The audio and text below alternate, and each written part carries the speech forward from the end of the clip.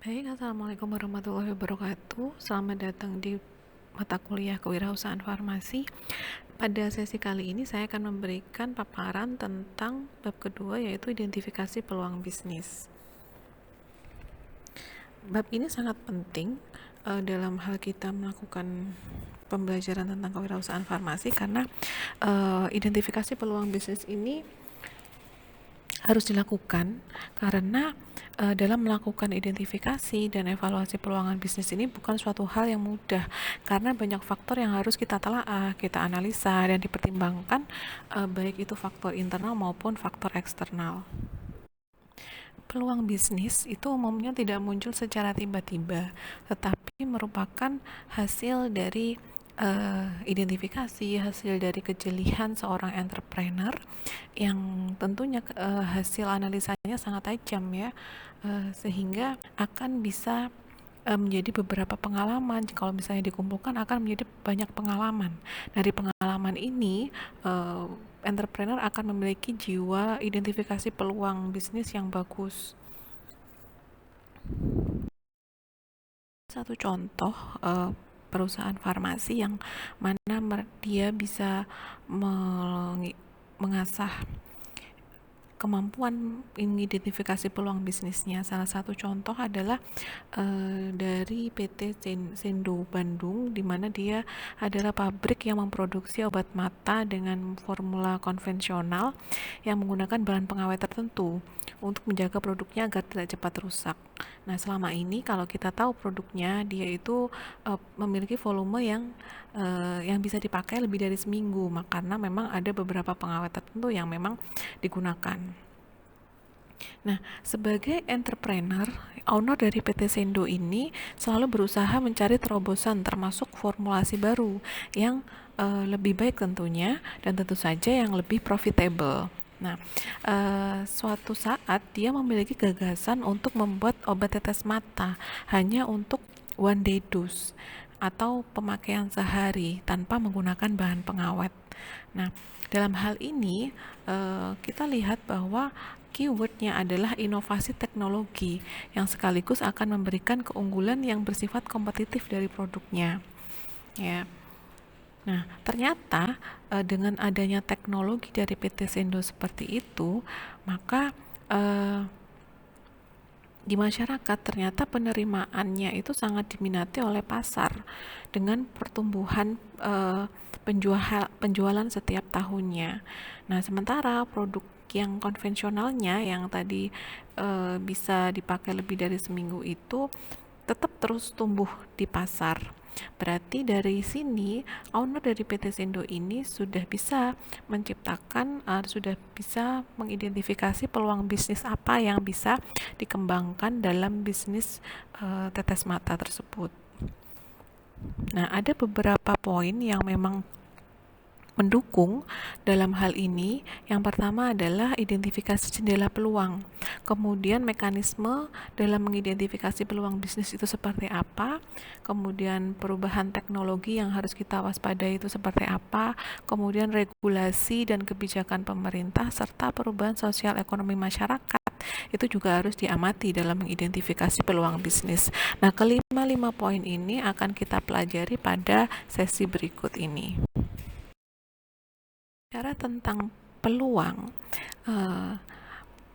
ada beberapa peneliti ya menyebutkan bahwa peluang itu adalah fenomena yang atraktif, baik dari aspek profitabilitas maupun dari aspek value yang diperoleh oleh customer.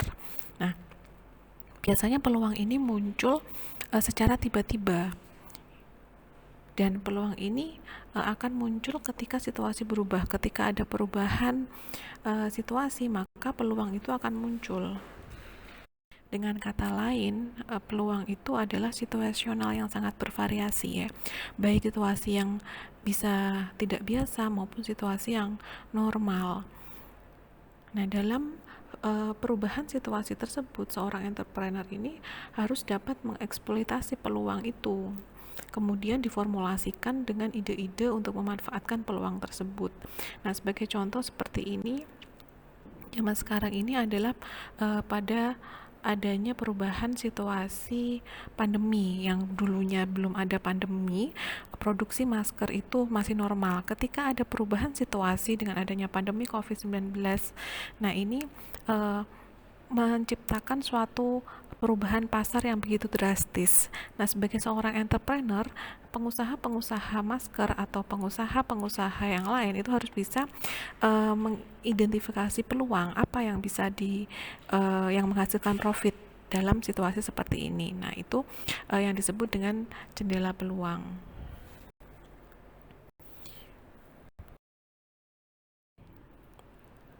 Untuk bisa menganalisis peluang secara cermat, seorang ahli yang bernama Timmons ya pada tahun 2003 memberikan ilustrasi grafik sebagai berikut untuk bisa menganalisis peluang. Nah, di dalam grafik ini kita bisa tahu bahwa yang dilingkari ini adalah windows of opportunity atau jendela peluang. Nah, kalau kita lihat dalam konteks waktu, peluang itu sangat terbatas ya sesungguhnya. Jadi di sini ada batasnya. Jadi tidak semua waktu itu bisa jadi peluang. Nah, peluang ini muncul pada waktu tertentu. Berarti kalau misalnya kita lihat ada peluang yang muncul pada waktu tertentu, inilah yang disebut dengan windows opportunity atau jendela peluang. Atau bisa juga kita sebut window opening atau peluang yang terbuka. Nah, dari sini seorang entrepreneur itu mesti mampu menangkap peluang tersebut dan memanfaatkannya untuk bisa diimplementasikan menjadi ide-ide kreatif dalam bisnisnya. Nah, ketika pasar itu bisa menjadi besar, maka kemungkinan peluang akan terbuka akan lebih lebar dibandingkan sebelumnya. Atau jika dibandingkan ketika pasar sudah mengalami decline atau mengalami penurunan. Nah, itu seperti itu prinsip dalam hal konsep dari jendela peluang. Dalam realitasnya, kalau kita berbicara tentang mekanisme mengidentifikasi peluang bisnis, itu memang tidak ada mekanisme yang sama untuk mengidentifikasi peluang bisnis bagi seorang entrepreneur. Cuman beberapa sumber yang sering digunakan itu biasanya ada 3 komponen yang perlu diperhatikan. Yang pertama adalah customer, yang kedua adalah internal perusahaan, dan kompetitor. Nah, ketiga elemen ini harus diamati satu persatu. Nah, ketika peluang bisnis dari 3 komponen itu sudah dapat diidentifikasi, langkah berikutnya yang sangat penting adalah mengevaluasi peluang tersebut. Evaluasi ini terhadap peluang mungkin bisa kita sebut the most critical element of the entrepreneurial process ya. Untuk itu, entrepreneur itu perlu melakukan assessment untuk mengetahui bagaimana prospek dari suatu bisnis tersebut atau bagaimana resiko yang akan dihadapinya jika memang peluang itu akan dikembangkan sebagai bisnis. Kemudian yang perlu diperhatikan lagi, apakah produk atau jasa yang akan diproduksi tersebut dapat menutup semua biaya yang dikeluarkan, termasuk sumber daya yang akan digunakan. Kemudian juga harus memperhatikan market size-nya, ukuran pasarnya, kemudian pemain yang ada di pasar itu seperti apa, terus strategi persaingan dan teknologi yang akan digunakan. Ini juga merupakan determinan yang mesti diperhitungkan secara seksama. Bicara tentang customer, nah customer yang ada di pasar ya, dengan melihat segala kebutuhannya yang dinamis, yang dapat digunakan sebagai peluang untuk mengembangkan bisnis. Perusahaan yang bersifat responsif ya terhadap dinamika kebutuhan customer ini akan selalu bisa memonitor keinginan dan tingkat kepuasan dari customernya seperti apa. Nah, seorang entrepreneur ini akan selalu berupaya agar customernya ini mempunyai loyalitas pada produknya dengan cara misalnya menyediakan produk yang berkualitas, baik dan layanan yang prima. Nah, keluhan customer dan keinginan customer ini pada seorang entrepreneur ini dianggap sebagai input yang sangat berharga untuk memperbaiki produknya secara terus-menerus dan bahkan bisa digunakan untuk mengembangkan produk yang baru. Kalau kita berbicara tentang perusahaan internal yang dimaksud di sini adalah seringkali seorang entrepreneur ini mendapatkan informasi yang berharga dari sumber-sumber internal perusahaannya. Misalnya pengalaman dari orang-orang yang bagian produksinya, pengalaman orang-orang bagian QC atau bagian marketing. Nah, ini seringkali memberikan ide-ide untuk memperbaiki dan menyempurnakan produknya, ya, atau bisa bahkan mengembangkan produk baru yang memiliki peluang bisnis yang lebih prospektif. Nah, saya ambil contoh di sini, misalnya perubahan formula pada obat Promah. Obat Promah ini diproduksi oleh PT Kalbe Farma, ya. Dalam banyak hal, obat ini dilakukan atas dasar kajian dan penelitian yang dilakukan oleh staf perusahaan tersebut. Nah, demikian pula internal distributornya. Ini dapat memberikan banyak informasi yang berkaitan dengan keinginan customer karena mereka setiap hari berinteraksi dengan customer. Nah, dari sini kita bisa lihat bahwa perusahaan internal pun sangat berperan penting dalam mengembangkan produk-produknya. Ya. Nah, kemudian kompetitor. Nah, dalam beberapa hal, kompetitor ini dapat menjadi sumber untuk mengembangkan peluang bisnis. Nah, seorang entrepreneur itu bisa melihat dan dapat memperhitungkan market size produk kompetitor, ya. Kemudian dengan pengamatan itu, seorang entrepreneur tersebut akan membuat produk yang sejenis dengan melakukan perbaikan-perbaikan tertentu agar bisa lebih menarik minat pasar. Sebagai contoh, PT Dexamedica. Nah, PT ini menghasilkan produk yang terkenal yang disebut dengan Stimuno. Nah, sebagai produk herbal yang berkhasiat untuk bisa meningkatkan imunitas agar seseorang atau termasuk anak-anak, ya, agar tidak mudah jatuh sakit misalnya. Nah, kalau kita tahu produk ini kan mengandung imunomodulator atau dia juga mengandung antioksidan yang secara uji klinis itu memang sudah terbukti gitu, ya. Nah, Stimuno kita tahu sendiri bahwa dia memiliki pasar yang baik, ya, dengan pertumbuhan yang cukup tinggi setiap tahunnya. Ya, ini kan berarti ada beberapa hal yang dilakukan oleh perusahaan, ya, terkait ini kenapa bisa mencapai pertumbuhan yang cukup tinggi setiap tahunnya.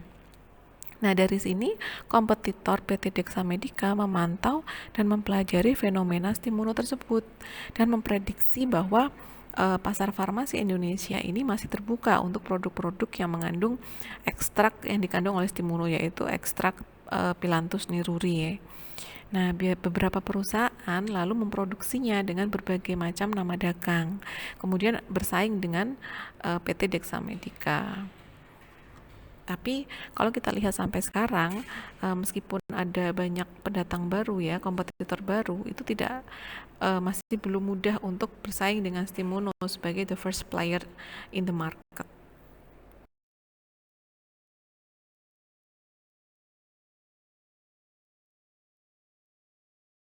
Melakukan evaluasi, dalam hal ini adalah evaluasi peluang bisnis, perlu digarisbawahi karena dalam realitasnya ini tidak banyak perusahaan baru yang dapat berumur panjang. Nah, perusahaan ini akan menghadapi berbagai masalah, baik yang bersifat internal maupun eksternal. Kita lihat penelitian di Amerika Serikat menunjukkan bahwa satu perusahaan di antara 10 perusahaan baru yang dapat berusia 10 tahun. Jadi, dari 10 perusahaan baru di Amerika hanya satu yang bertahan selama 10 tahun. Tapi juga tidak semuanya bangkrut, tetapi tidak sedikit yang tidak dapat berkembang secara optimal. Nah, ada beberapa faktor yang menyebabkan hal ini bisa terjadi. Nah, agar bisa berhasil dalam evaluasi peluang bisnisnya ini ada 3 komponen penting untuk keberhasilan bisnis baru. Komponen itu adalah yang pertama adalah peluang, kemudian entrepreneur, kemudian peluang dan sumber daya yang diperlukan untuk memulai bisnis agar dapat bertumbuh dan berkembang. Nah, gambar ini, ya, yang ada di slide ini merupakan sebuah kerangka kerja atau framework, ya, di mana dari kerangka kerja ini pusatnya adalah business plan, yang mana dari business plan ini bisa mengintegrasikan ketiga komponen tersebut dalam rencana strategis untuk bisnis baru. Nah, ketiga komponen ini harus serasi atau bisa fit ya, atau seimbang, sehingga sehingga dapat memiliki daya yang signifikan terhadap kinerja perusahaan. Perlu teman-teman ketahui di sini bahwa ketika kita memberanikan menjadi seorang entrepreneur, yang perlu diingat adalah kekuatan pengendali. Kekuatan pengendali dalam suatu perusahaan. Nah, kekuatan pengendali ini biasanya adalah kepemimpinan entrepreneur. Kemudian adanya sebuah tim manajemen yang solid. Nah, seorang investor ini tidak akan menginvestasikan modalnya pada perusahaan yang memiliki program yang baik, tapi kepemimpinannya tidak bagus. Nah, pada era globalisasi ini, investor itu akan menginvestasikan modalnya pada perusahaan-perusahaan yang memiliki entrepreneur yang tangguh, kemudian tim manajemen yang solid, dan memiliki peluang bisnis yang besar. Jadi sumber daya manusia ini sangat penting dalam mengembangkan perusahaan sebagai seorang wirausaha. Sehingga dapat disimpulkan, dalam analisis peluang itu harus bisa menjawab beberapa pertanyaan strategis. Satu, seberapa besar pasar yang akan dimasuki? Nah, ketika analisisnya berhasil, maka bisa menjawab pertanyaan tersebut.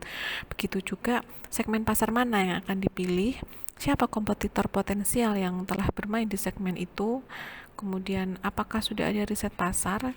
Kalau misalnya belum, apakah bisa dilakukan riset pasar sendiri?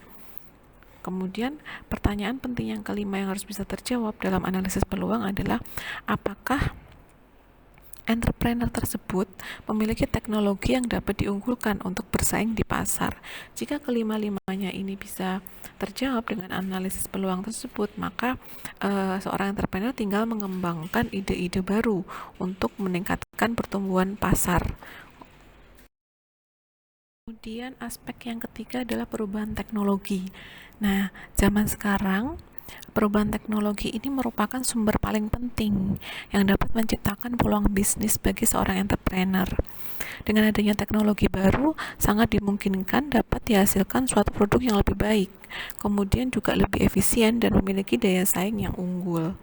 Nah, industri farmasi sangat knowledge-based, di mana teknologi memiliki peran penting, bahkan merupakan determinan strategis dalam meraih keunggulan bersaing di pasar. Nah, sebagai contoh, saya misalkan di Indonesia, angka prevalensi penyakit hepatitis B ini cukup tinggi karena ini sangat menarik kalau suatu perusahaan dapat memproduksi vaksin hepatitis B.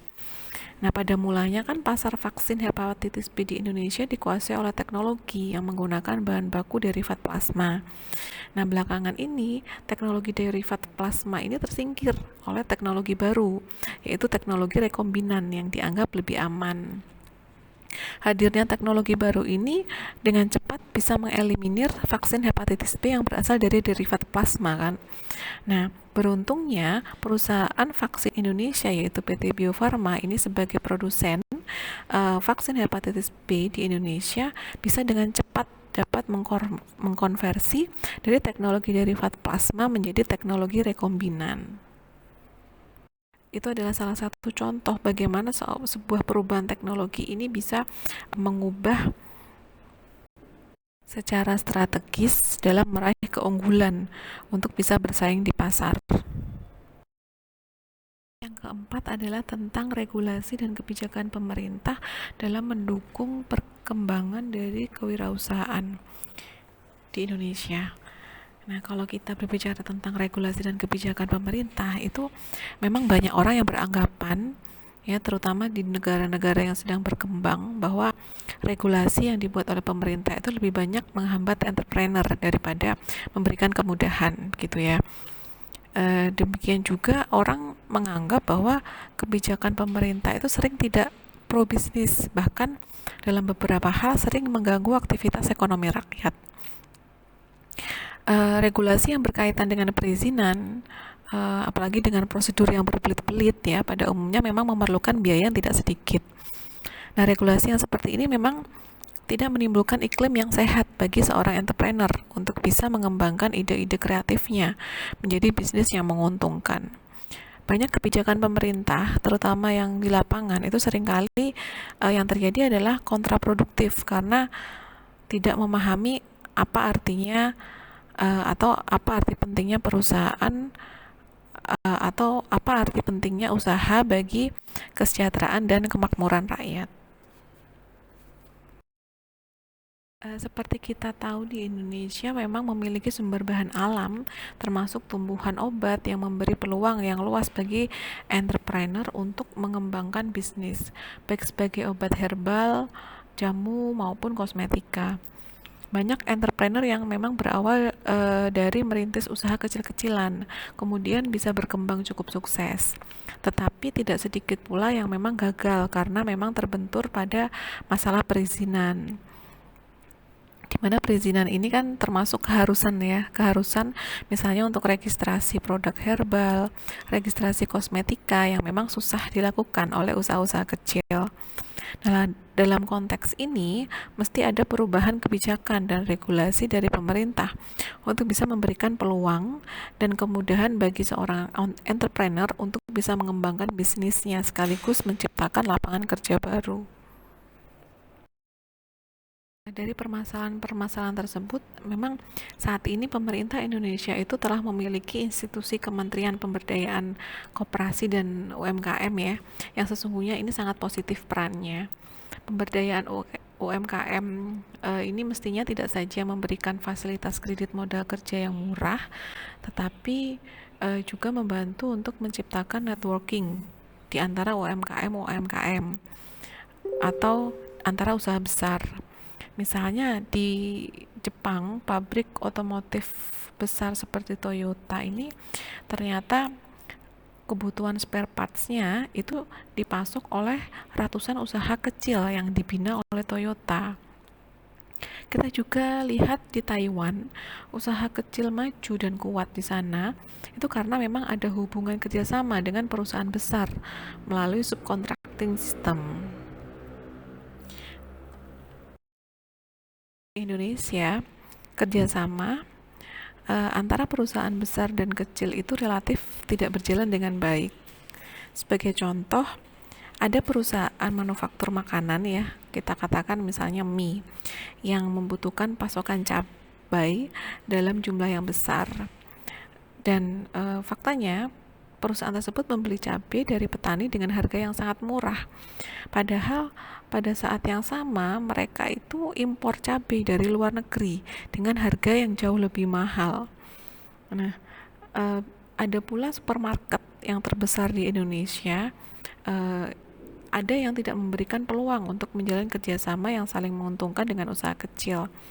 Nah, untuk dapat memasang produknya di supermarket tersebut, mereka harus mengenakan biaya yang sangat mahal dan yang mana harga ini atau biaya ini tidak mungkin terjangkau oleh usaha kecil. Nah, dari fenomena itu terjadi ketimpangan dan ketidakharmonisan hubungan antara usaha kecil dan besar yang terjadi di Indonesia, seperti semacam tidak ditangani dengan baik oleh kalangan usaha itu sendiri maupun dari pemerintah. Nah, pola pikirnya bukan bagaimana yang besar membantu yang kecil, tetapi bagaimana membangun kerjasama yang saling menguntungkan kedua belah pihak. Dari usaha kecil itu juga diuntungkan oleh usaha besar, pun juga usaha besar harus diuntungkan oleh usaha kecil. Kalau misalnya format itu terbentuk, maka kerjasama akan sustainable, akan terus menerus karena tidak ada yang dieksploitasi atau tidak ada yang dirugikan.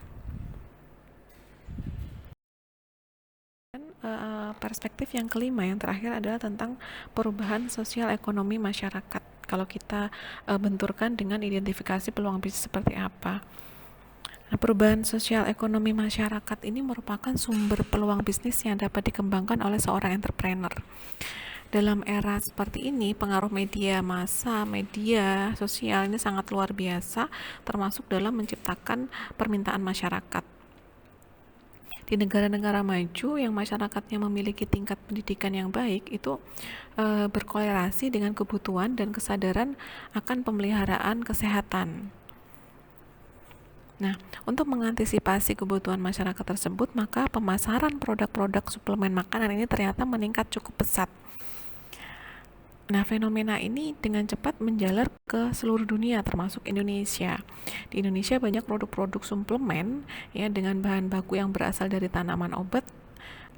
Ini banyak mengalami pertumbuhan di Indonesia. Ya. Di Indonesia pun juga cukup banyak perusahaan kosmetika yang berbasis bahan alam yang sukses memanfaatkan perubahan sosial ekonomi masyarakat ini. Contoh lain dari perubahan sosial ekonomi masyarakat, misalnya dewasa ini misalnya usia penduduk ini relatif bertambah tua ya, artinya jumlah penduduk yang berusia lanjut ini akan semakin besar persentasenya secara demografi. Nah, dalam perspektif entrepreneur, realitas ini harus mendatangkan banyak peluang untuk mengembangkan bisnis. Misalnya, kalau di bidang farmasi, bidang kita, kebutuhan obat-obat anti-aging ini tentu sangat menarik minat mereka yang memang berusia separuh baya atau mungkin usia-usia pensiun untuk menjaga kesehatan sekaligus untuk menunda proses penuaan. Bisa juga bisnis makanan bergizi yang seimbang yang diperlukan oleh usia lanjut dan atau mereka yang menderita penyakit degeneratif. Nah, ini semua merupakan peluang bisnis yang dapat dikembangkan oleh para entrepreneur farmasi. Kemudian untuk menyambung bab identifikasi peluang bisnis, maka saya perlu memberikan paparan tentang faktor-faktor pendorong untuk membangun usaha baru. Nah, ketika sudah memahami analisis peluang bisnis, maka mahasiswa perlu mengetahui adanya beberapa faktor-faktor pendorong untuk membangun usaha baru. Seorang entrepreneur ini mempunyai keinginan untuk merintis usaha sendiri ini biasanya mendapat inspirasi atau dorongan dari berbagai faktor ya. Bisa faktor karir pekerjaan yang sedang dijalaninya, bisa faktor keluarga, faktor teman dan tokoh yang menjadi idola mereka atau role model gitu ya. Nah, peluang ekonomi dan ketersediaan sumber daya pun juga mempengaruhi sebagai faktor pendorong untuk membangun usaha baru. Misalnya, karir pekerjaan yang dijalaninya yang sekarang ini tidak prospektif. Nah, ini menyebabkan seseorang berani mengambil resiko untuk membangun usaha sendiri dan mendirikan sebuah perusahaan. Contohnya, owner dari PT Sinde, ya, atau owner dari PT Hasen, atau owner dari PT Dexa Medica. Ini ketiganya pada mulanya adalah karyawan perusahaan milik orang lain yang kemudian merintis perusahaan milik sendiri, kemudian sampai saat ini menjadi perusahaan yang besar. Ada beberapa komponen yang perlu diperhatikan untuk mengetahui faktor-faktor pendorong membangun usaha baru.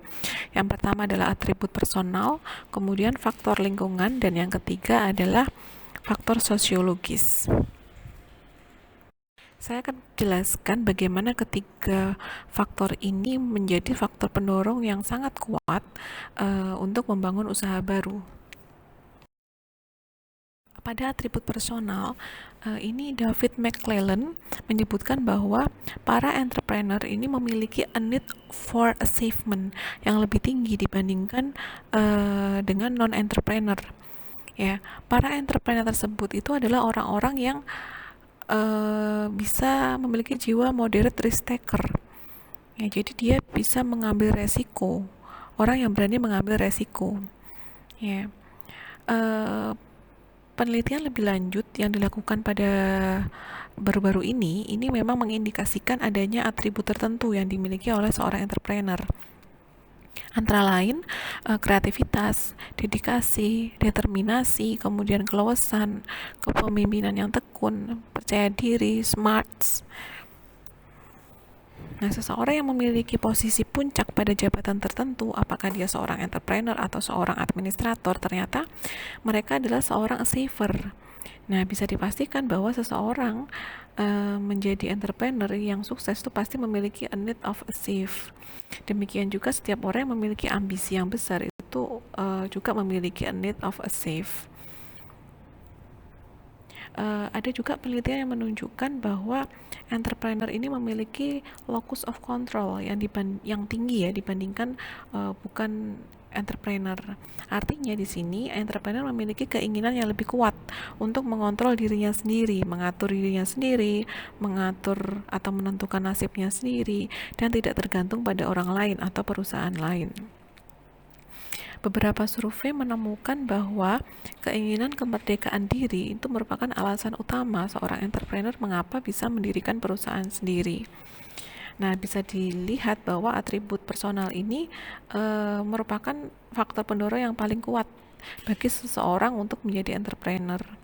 Ya, atribut ini dasarkan dari motivasi yang timbul ya pada para entrepreneur yang memang sanggup bekerja keras, tidak mengenal waktu, dan mereka memiliki ritme hidup dengan kreativitas yang sangat dinamis. Nah, biasanya motivasi-motivasi seperti ini tidak dimiliki oleh mereka yang puas sebagai pekerja gajian atau berada di zona nyaman. Selain faktor atribut personal, faktor lingkungan eksternal juga mempengaruhi atau memiliki pengaruh penting bagi seseorang untuk bisa menjadi entrepreneur. Di Indonesia, meskipun tentu saja tidak secanggih dan semodern seperti di Amerika Serikat ya tentunya, juga memiliki semacam lingkungan industri yang tumbuh dengan sejarah yang cukup panjang.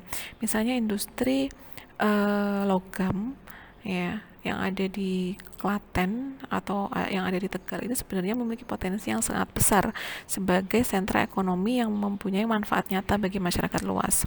Namun sayangnya pemerintah dan perbankan ini tidak memiliki ide dan kreativitas untuk memfasilitasi secara optimal, yang karenanya perkembangan area ini tidak terlalu menonjol di Indonesia. Padahal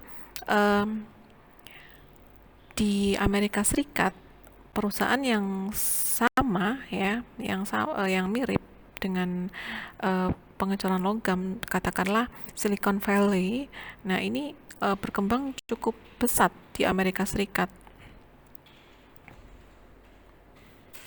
Karena di sana ada institusi yang mendukungnya seperti bank yang memiliki pinjaman, lawyer yang akan menangani perlindungan hak intelektualnya, kemudian perusahaan real estate yang akan menyediakan tanah untuk perusahaan tersebut, sehingga perusahaan dengan dalam bidang ini akan tumbuh secara pesat. Nah, kewirausahaan seperti ini mestinya bisa menjadi fokus dan perhatian dari pemerintah karena skill yang dimiliki oleh tenaga terampil di daerah itu sangat langka untuk di daerah lain dan sangat sulit ditiru. Keterampilan seperti mebel berukir yang diwariskan dari generasi ke generasi ini adalah merupakan aset kultural bangsa yang memang tidak ternilai harganya. Kemudian bagaimana role model juga mempengaruhi seseorang menjadi entrepreneur. Nah, jika seseorang biasanya memiliki kerabat atau keluarga yang menjadi entrepreneur sukses, maka hal ini akan mendorong untuk memiliki keinginan menjadi entrepreneur biasanya. Ya, sebagai contoh, Bill Gates yang pada mulanya mengikuti tradisi keluarganya untuk menjadi lawyer dengan mengikuti kuliah di Harvard, ya kemudian drop out, kemudian banting setir mendirikan Microsoft. Nah, siapa yang memprediksi bahwa pada waktu itu seseorang mahasiswa DO ini bisa menjadi role model industri teknologi dan menjadi orang terkaya di dunia. Nah, ini adalah faktor-faktor role model yang memang berperan dalam mendorong seseorang yang ingin menjadi entrepreneur. Selain role models, entrepreneur dipengaruhi oleh berbagai faktor sosiologis. Tanggung jawab keluarga ini seringkali memang memegang peranan penting dalam mengambil keputusan untuk mendirikan perusahaan sendiri. Keputusan akan lebih mudah untuk diambil oleh seseorang yang memang biasanya usianya masih muda, bujangan dan tidak ada orang lain yang tergantung kepadanya daripada orang yang telah berkeluarga begitu ya. Bahkan memiliki anak yang memerlukan biaya untuk sekolah dan lain sebagainya. Nah, mengawali sebagai entrepreneur umumnya merupakan kombinasi antara pengalaman yang berkaitan dengan usia, sikap, dan energi sebagai orang tua. Ketika seseorang itu bertambah usia, maka dia akan bertambah pengalaman. Semakin lama dia bekerja sebagai karyawan di suatu perusahaan, akan tahu masalah-masalah yang dialami oleh perusahaan itu. Nah, hal inilah yang menjadi penyebab biasanya ketidakberanian untuk mengambil resiko untuk membuat perusahaan sendiri. Kalau kita bicara dalam konteks ini, maka yang ideal adalah kombinasi antara umur yang cukup, kemudian memiliki pengetahuan dengan semangat dan optimisme dan energi yang besar. Ini patut jika jiwa entrepreneurnya muncul. Tapi faktanya biasanya sebelum seseorang meninggalkan pekerjaannya, yang misalnya pekerjaan itu sudah cukup mapan dengan gaji yang cukup besar, jika dia ingin memutuskan menjadi entrepreneur itu mesti biasanya mengkalkulasi secara cermat berapa revenue yang harus dicapai agar dia bisa mempunyai penghasilan yang sama ketika dia bekerja di perusahaan orang lain.